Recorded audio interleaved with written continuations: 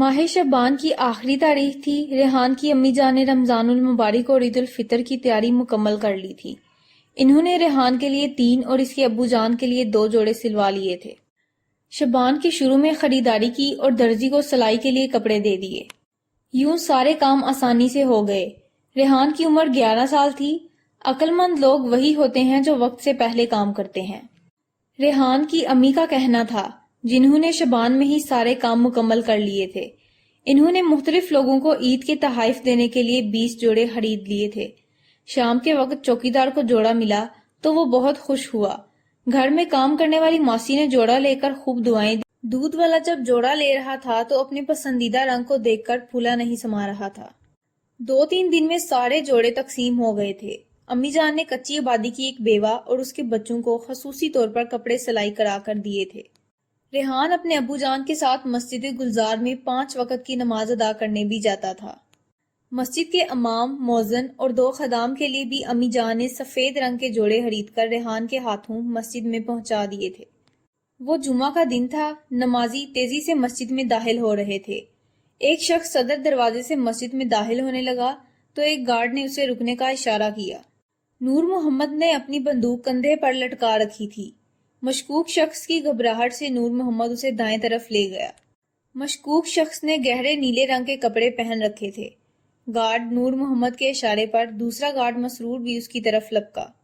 جی نور محمد بھائی، یہ کہتے ہوئے مسرور نے مشکوک شخص کی طرف دیکھا تو اس کے چہرے کا رنگ زرد ہو رہا تھا۔ خوف کے مارے اس کے ہاتھ کانپ رہے تھے۔ میرے پاس کچھ نہیں ہے، میری تلاشی لے لو، مشکوک شخص نے اپنے دونوں ہاتھ اوپر کرتے ہوئے کہا۔ نور محمد نے تیزی سے مشکوک شخص کی تلاشی لینا شروع کی۔ تیسرا گارڈ اب دیگر نمازیوں کی تلاشی لے کر انہیں مسجد میں داخل ہونے کی اجازت دے رہا تھا۔ اس کے پاس کچھ نہیں ہے، نور محمد نے اپنے ساتھی مسرور کو مخاطب کیا۔ شکل سے تو یہ، مسرور نے اتنا کہہ کر اپنا جملہ ادھورا چھوڑ دیا۔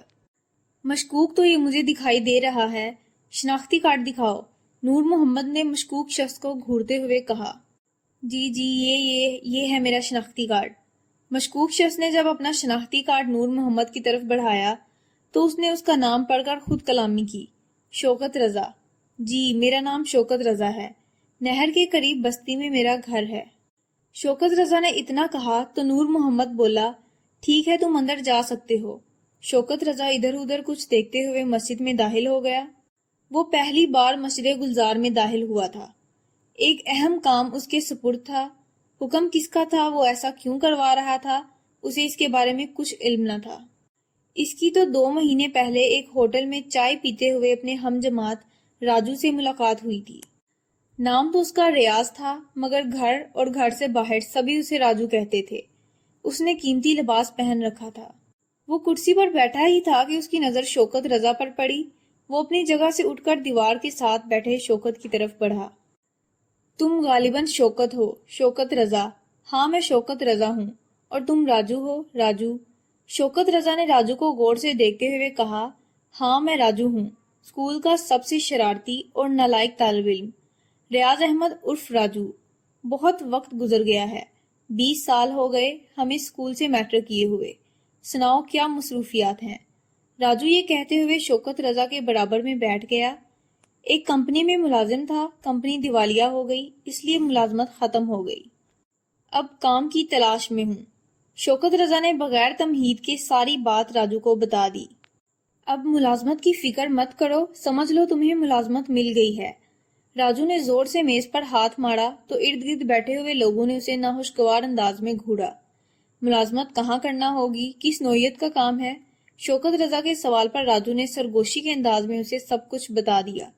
دونوں نے ایک دوسرے کے موبائل فون نمبر محفوظ کر لیے۔ 2 دن بعد پھر دونوں ایک ہوٹل میں بیٹھے تھے۔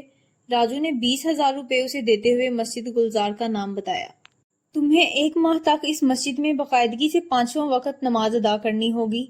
آتے جاتے ہوئے وہاں موجود گارڈ سے الیگ سلیگ ضرور کرنا، ممکن ہو تو انہیں کھانے پینے کی چیزیں بھی دینا، ایسا کرنے سے وہ تم سے واقف ہو جائیں گے۔ اور پھر کیا؟ شوکت رضا نے راجو کو خاموش دیکھ کر پوچھا۔ پھر وہی کام ہوگا جس کا ہمیں پیسہ ملے گا۔ راجو کی صورت اس وقت بہت بھیانک لگ رہی تھی۔ شوکت رضا نے کبھی مسجد کا رخ نہیں کیا تھا، وہ کبھی کبھی نماز جمعہ اور عیدین کی نماز ادا کرنا ہی کافی سمجھتا تھا۔ مسجد گلزار میں پہلے دن اس کی خوب تلاشی لی گئی۔ کئی دنوں تک اس پر کڑی نظر رکھی گئی، پھر گارڈ اسے دیکھتے ہی اس کی تلاشی لیے بغیر مسجد میں داخل ہونے دیتے۔ جب چند دن گزرے تو ایک دن وہ گارڈ کے لیے کنو لے گیا، ایک کنو نکال کر خود کھایا اور باقی کنو ڈیوٹی پر موجود گارڈز کو دے دیے۔ نور محمد نے پہلے دیکھے اور پھر محسوس انداز میں شوکت رضا کو گھوڑا۔ اس کی چھٹی حص اسے کچھ کہہ رہی تھی، کچھ سمجھا رہی تھی۔ مجھے تو دال میں کچھ کالا لگ رہا ہے، ہمیں اس پر کڑی نظر رکھنا ہوگی۔ نور محمد کی بات سن کر اس کے دوستوں نے بڑھ انداز میں اس کی تائید کی تھی۔ شوکت رضا راجو سے مسلسل رابطے میں تھا۔ راجو اس کے کام سے بہت خوش تھا، اسے یقین تھا کہ وہ اپنے مقصد میں کامیاب ہو جائیں گے۔ انہیں اب رمضان المبارک کے شروع ہونے کا انتظار تھا۔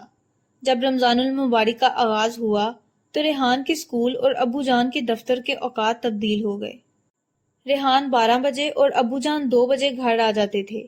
ریحان دیگر نمازیوں کے ساتھ تراویح ادا کرنے کے لیے بھی ابو جان کے ساتھ مسجد گلزار جاتا۔ تراویح کے وقت 3 مسلح گارڈز مسجد سے باہر اپنے فرائض نہایت چوکس طریقے سے سر انجام دیتے۔